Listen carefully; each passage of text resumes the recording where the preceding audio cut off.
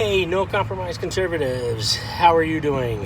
As you are probably very much aware, censorship has really come to YouTube thanks to a trusted content provider that will remain unknown because I'm sure if I were to mention them, it would be considered doxing or hate speech, and who knows what would happen. Even though my channel is not as big as some of the big boys, I do want to keep it, even though I can't always post content to it like I would like to.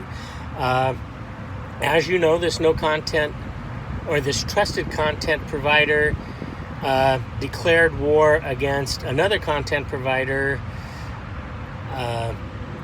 weeks ago because this content provider would dispute the content that our trusted content provider would post, and he would call him names essentially in a comedic fashion. Because he's a comedian and a late night comedian, it was considered okay and allowed. But under the new terms of service and rules of use, or whatever YouTube is calling everything nowadays, it has now been declared hate speech. Because of that, most of his videos have been demonetized, and I'm sure his channel will be demonetized. Fortunately, he has other revenue sources. He has sponsors, as well as something called the Mug Club, which if you search on Google, I'm sure you will find his page. Because I don't want to mention his name, but his initials are SC. He's not totally going to be destroyed by this like some content providers. Now, because of this, other late night hosts, as well as other content providers, comedians, whatever, are going to be impacted by this because of this trusted content provider doing this. Will everybody go after this trusted content provider? Probably not, because he's got some big boys behind him, such as NBC, Disney, probably some other big multimedia companies providing millions of dollars to their channel and their hosts. I'm really not sure if this is going to be the end of YouTube or not. It certainly is going to lead to the end of conservatives on YouTube and conservatives on social media platforms like Facebook, Snapchat, Google, any of the others. It's just now done. All the podcasts will be blocked. It's just going to be a nightmare, especially for the smaller content providers, because they don't have the resources like SC has with Mug Club. Some of them are even going to be impacted because they use groups or crowdfunding like Patreon, as well as the other big one. I can't think of the name right now. Brain fart. Sorry.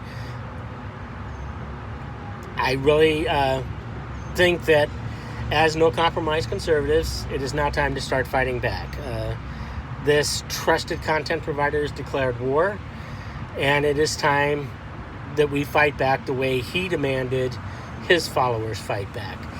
Report the channel, report the state, the hosts, report the content. Go after them every way you can that is legal. And that is the operative word here, folks, legal.